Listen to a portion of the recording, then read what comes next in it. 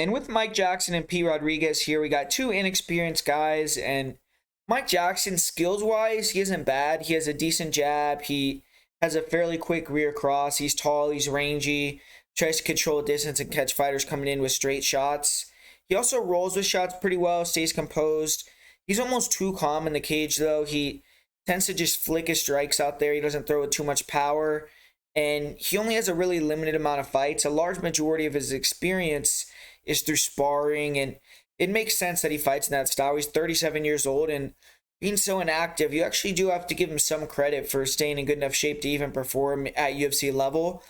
But Mike Jackson, takedown defense is questionable at best. We haven't really seen it tested too much, but any fighter that gets taken down by CM Punk and stuffed to get the cage, even if it was only for a minimal amount of time, that's a bad sign. In this fight, he won't have to deal with anyone trying to take him down, and he's going to get the striking fight that he wants. And he has some advantages in terms of length. He throws straight shots down the pipe. He's going to need to establish that jab right away and try to keep the heavy-handed Rodriguez on the outside. Technically, Jackson is coming in here off of a victory, which is also his officially first pro win. He got the win over CM Punk, but that got overturned to a no contest. And in his last fight, he got dropped right before the fight was ended. He got dropped and he was getting flurried on, but Dean Barry framed on his head, but kept his hands open, kind of gouged Jackson's eyes pretty bad. And that came right after Barry had landed an illegal spinning back kick to the nuts. So all that kind of accumulated for Barry, and he got DQ'd, and thus Jackson got his first win. It wasn't really a win that instilled too much confidence in me backing Jackson going forward, but it did secure him another fight in the UFC.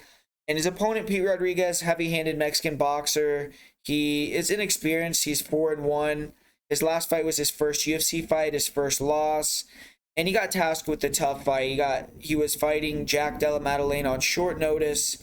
He got knocked out in the first round, and that fight was in January, so it's been ample time for Rodriguez to recover. We should see a better version of him in this fight.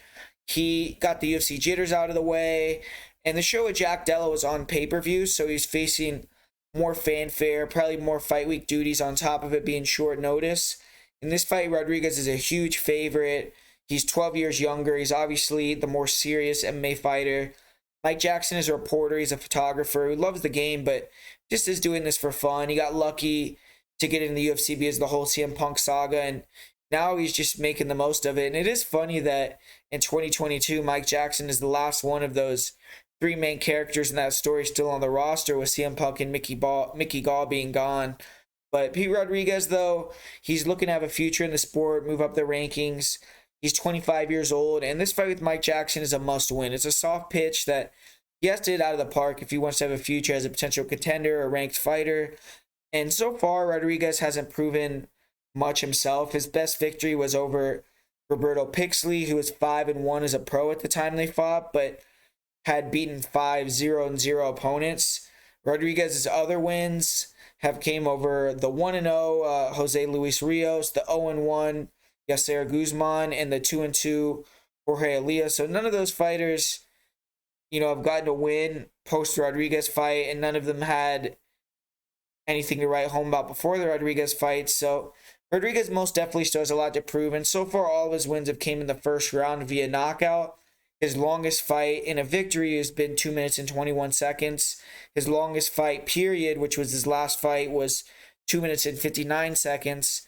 Even as an amateur, 6 of Rodriguez's 7 wins came in the first round, and his other amateur win came in the second round, and it was only 50 seconds in, so it was only a 3-minute and 50-second fight. Rodriguez has never been in the third round in his career, and you could tell why, because he's very aggressive. He has one-punch knockout power in both hands. He sets things up with a jab fairly well. He'll double jab his way into range. He has a really nice lead hook. He likes to switch stances, so that hook can be left or right hand. And he will leap into it, get some extra extension on the punch as well. He's very accurate with it. He likes to rip the body and then go up to the head with it. And he also has a nice lead uppercut. His lead hook to rear cross or lead uppercut to rear cross combination is a fight ender. He's violently shut the lights out against all of his opponents so far in his wins. And I don't see that changing on Saturday if he does get the victory. He isn't a really active kicker, but in his last fight, he threw some leg kicks, some front kicks up the middle. And Rodriguez has shown virtually none of his grappling or wrestling game as a pro.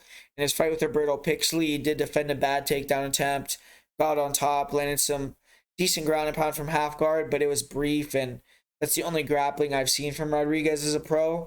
He's real quick, and he can be difficult to hit clean, and due to that, he kind of can get away with having bad defense, but his defense needs work, and fighters that can walk him down and control distance with long strikes can get to Rodriguez. Rodriguez holds his hands a little low, doesn't have much head movement.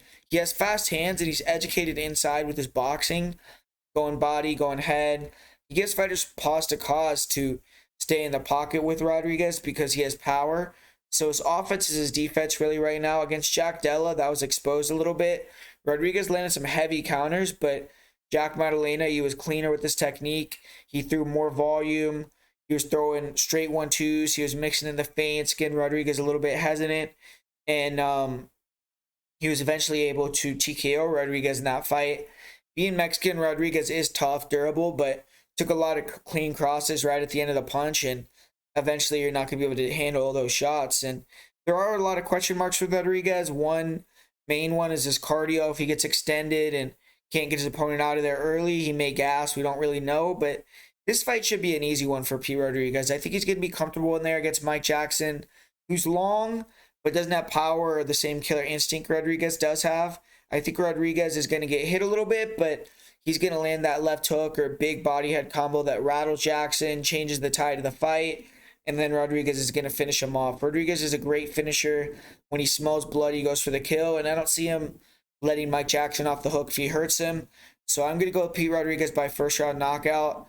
As far as the line goes, I see him as a minus 700. I mean, not really a lot of value in that, even in a parlay. I don't know if I would parlay that just because Rodriguez hasn't proven enough to me to be that big a favorite even against Mike Jackson.